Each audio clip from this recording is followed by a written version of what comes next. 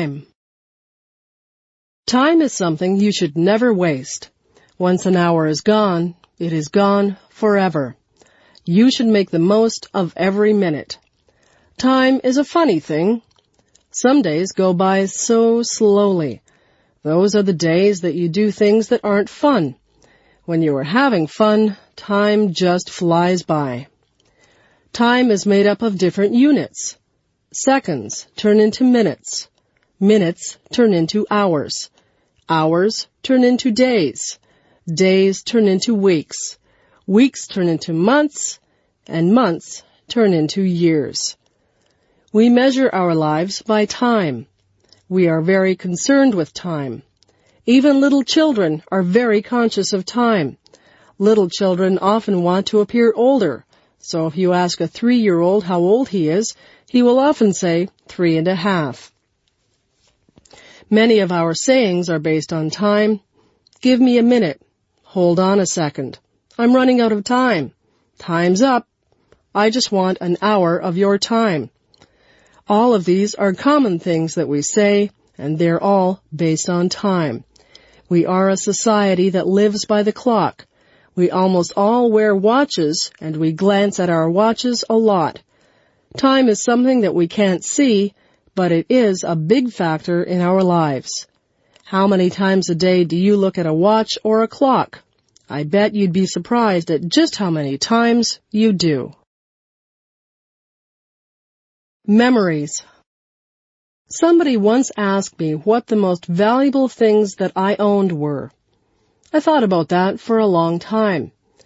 Then I realized that most of the things that I had could be replaced. What I would not be able to replace were the photographs that I had of my friends and family. Photographs are memories that are captured on film.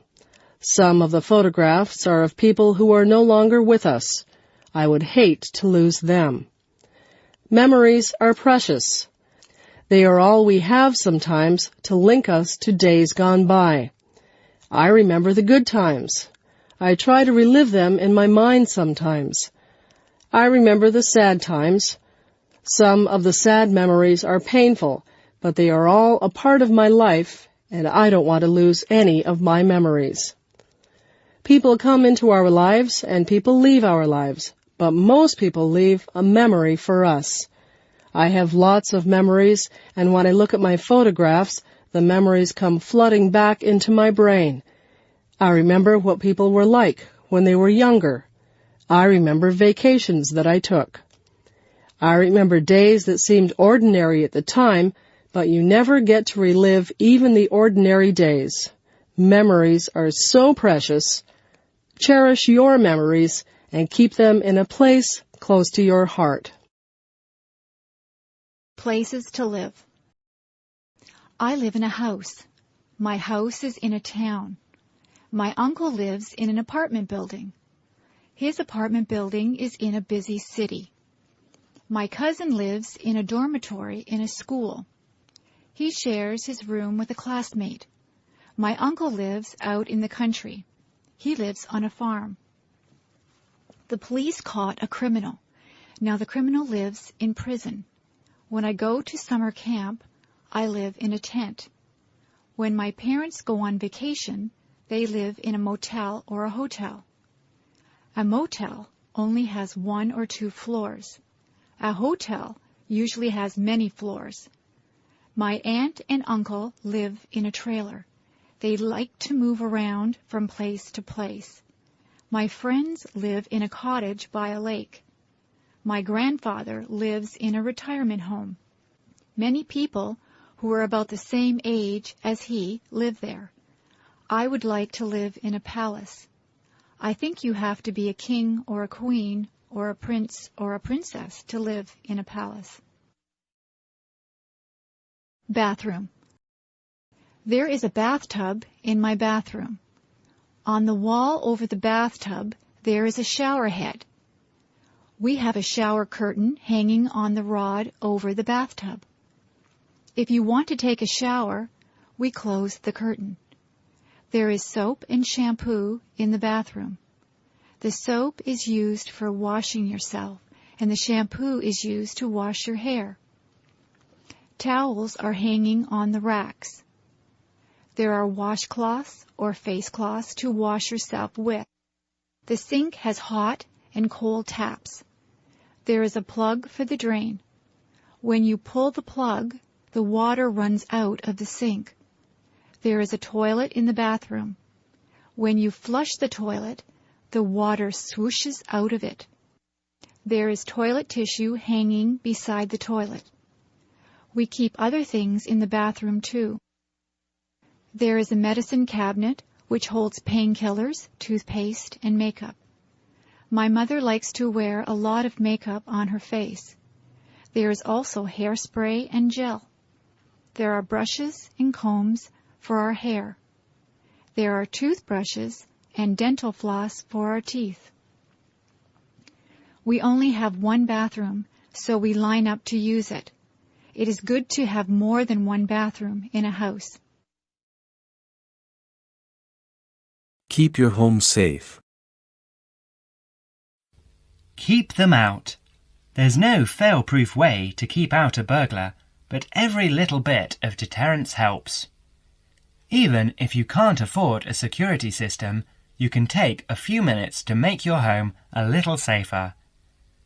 Some relatively simple steps will greatly decrease the odds of a break-in, which means you can enjoy more peace of mind.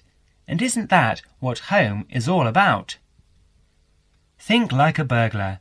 If you were one, how would you get into your home? Evaluate your home from the inside and out, day and night. You might even try a mock break-in, trying window jambs and locks on the house's perimeter.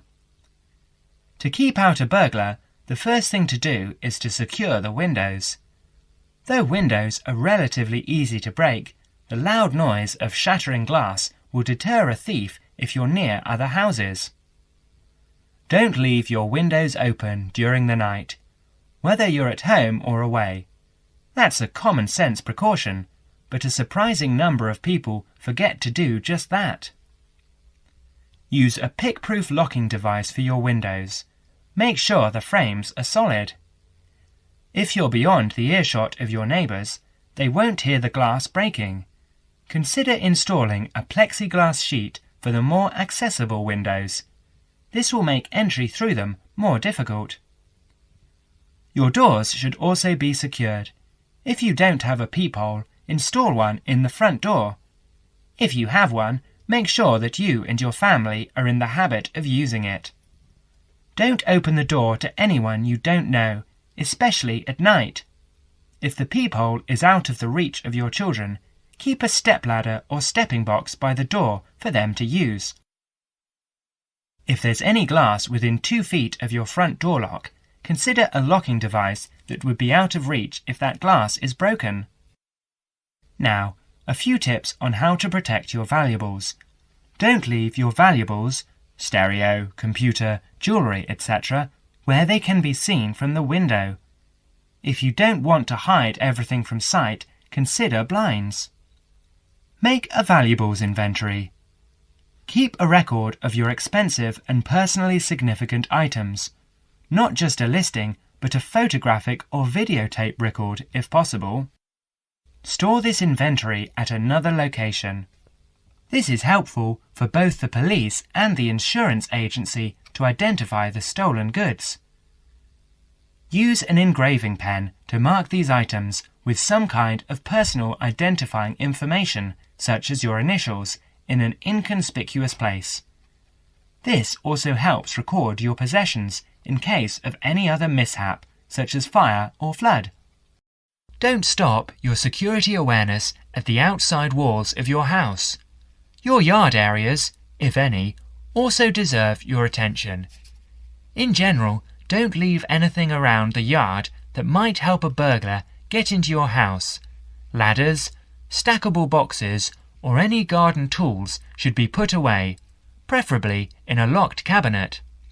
Install a light in your yard that is sensitive to movement. Place it high and out of reach. Trim hedges or bushes that are near doors or windows. These can be good hiding places. Don't place outdoor furniture tables nearby the house. These could become an easy stepladder to the roof. When you are on vacation, create the occupancy illusion. Maybe you laughed at your mother for leaving the lights on and the radio playing while she left for vacation, but she had the right idea. Those steps aren't quite enough, so try these strategies. Buy electronic timers that turn lights on and off at different times. Hook up a timer to your TV for a few hours each evening. Turn the volumes up too. Not enough to annoy the neighbours, just enough that a lurker at the windowsill couldn't miss hearing it. Have your newspaper and mail delivery suspended. If you don't have time to do this, ask a neighbour to pick them up for you. Ask a neighbour to park in your driveway or parking place. Think about having someone house-sit your home. If he's a relative or friend, he may cost you no more than the contents of your refrigerator. You can also find professional house-sitters or house-sitting services that find someone to stay while you're away. Leave your shades as they are normally, or at least don't close up every one. One sign of a vacant house is closed shades during the day. Lock your garage door with a padlock. Children's language. Today, in our series of lectures on human language, we are going to be looking at the way in which children acquire language. The study of how people learn to speak has proved to be one of the most fascinating, important and complex branches of language study. So let's look at these three features in turn. Firstly, why is it fascinating? This stems from the natural interest people take in the developing abilities of young children. People are fascinated by the way in which children learn, particularly their own children. Secondly, it is important to study how we acquire our first language, because the study of child language can lead us to a greater understanding of language as a whole. The third point is that it's a complex study, and this is because of the enormous difficulties that are encountered by researchers as soon as they attempt to explain language development, especially in the very young child. In today's lecture, we will cover a number of topics. We will start by talking about research methods. There are a number of ways that researchers have investigated children's language, and these include the use of diaries, recordings, and tests, and we'll be looking at how researchers make use of these various methods. We will then go on to examine the language learning process, starting with the development of speech in young infants during the first year of life. This is the time associated with the emergence of the skills of speech perception, in other words, an emergence of the child's awareness of his or her own ability to speak. We will continue with our examination of the language learning process, this time by looking at language learning in the older child, that is, in children under 5. As they mature, it is possible to begin analysis in conventional linguistic terms, and so, in our analysis, we will look at phonological, grammatical, and semantic development in preschool children. In the second part of the talk, I would like to review some educational approaches to the question of how linguistic skills can be developed. In other words, how can we assist the young child to learn language skills at school? Initially, we will look at issues that arise in relation to spoken language. We will then look at reading and review a number of approaches that have been proposed in relation to the teaching of reading. Finally, we will conclude today's talk with an account of current thinking about the most neglected area of all, the child's developing awareness of written language.